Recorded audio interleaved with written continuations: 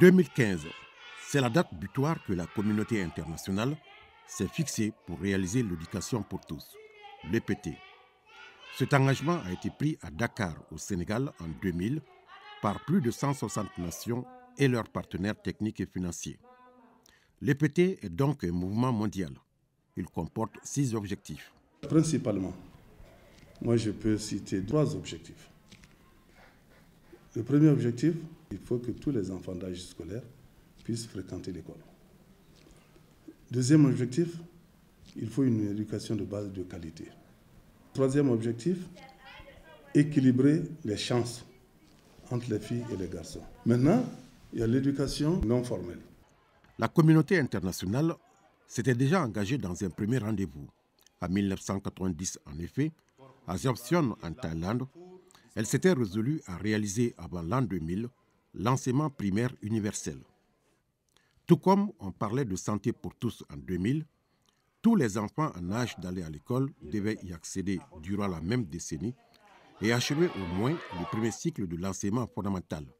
Mais échec. Le Forum de Dakar sur l'éducation le relance et les nations se donnent cette fois-ci 15 ans pour y parvenir. Nous sommes à 1 an de cette autre échéance. Au début des années 2000, la majorité des pays étaient aux environs de 50% de taux de scolarisation.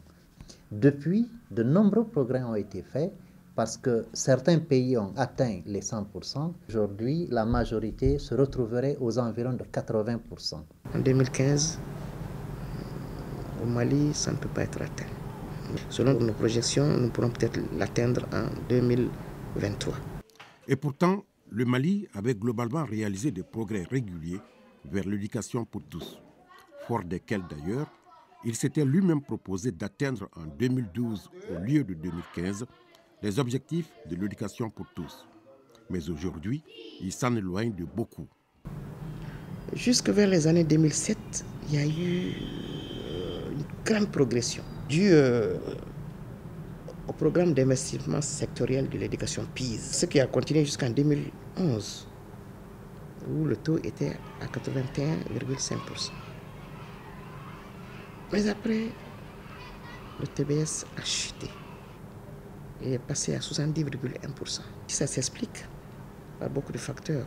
Problème d'insécurité lié à la crise du Nord. Il y a eu un phénomène nouveau, c'est-à-dire le déplacement des parents avec leurs enfants vers les placères.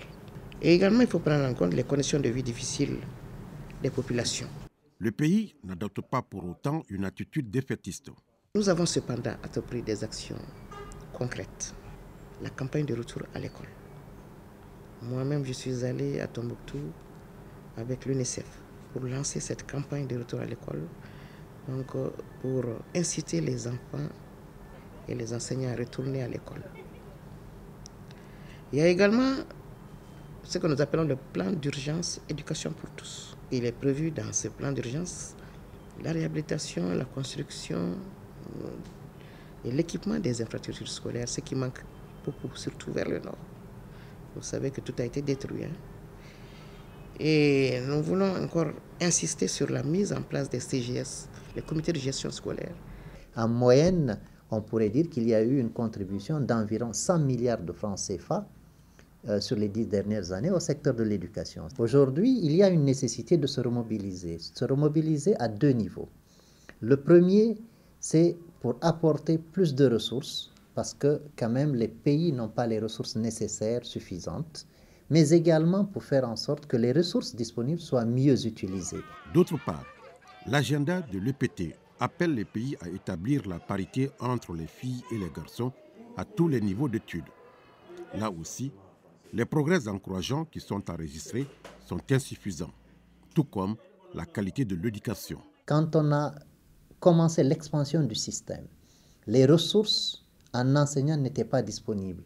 On a utilisé des méthodes alternatives, comme par exemple des enseignants communautaires qui n'étaient pas bien formés.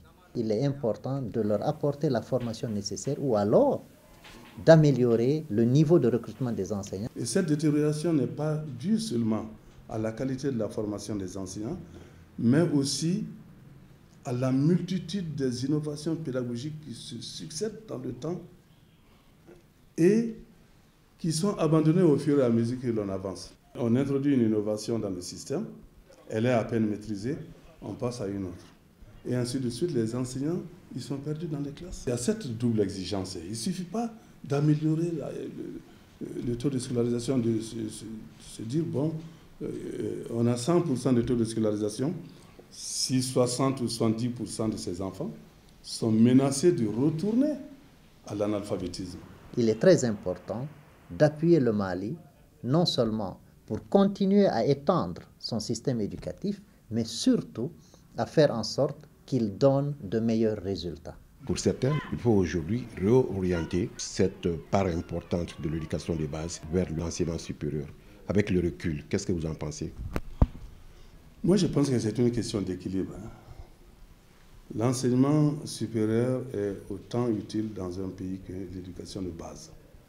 Parce que l'enseignement supérieur, c'est la formation des cadres de haut niveau, c'est le développement de la recherche, et c'est le niveau de la conception dans tous les domaines. On ne peut pas se passer du développement et de l'amélioration de la qualité de l'enseignement supérieur, qui demande effectivement beaucoup de budget. Mais de l'autre côté, au niveau de la base, c'est des millions d'enfants qui sont concernés. Ce sont tous les foyers qui sont concernés. Avant d'arriver au secondaire et au supérieur, il faut d'abord une éducation de masse et il faut aussi améliorer la qualité. Quand la qualité n'est pas améliorée au niveau de l'éducation de base, mais ceux qui passent au secondaire. Je pense qu'il est très important de voir que l'utilisation des ressources devra se faire à tous les niveaux. Mais surtout, aujourd'hui, il me semble très important de ne pas oublier le préscolaire.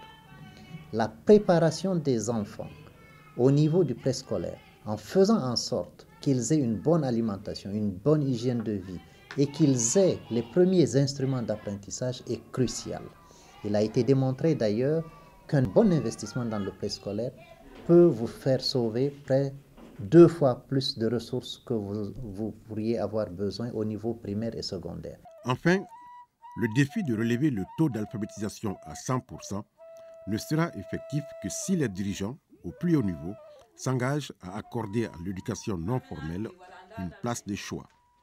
Actuellement, elle ne reçoit que moins de 3% du budget global de l'éducation de base. L'éducation non formelle est une priorité mineure donc. Je dirais qu'il n'y a pas lieu de désespérer de l'école malienne. Il n'y a pas lieu de désespérer. Et je pense qu'il faut que les Maliens considèrent que l'école, c'est l'affaire de tous. Que tous s'y mettent.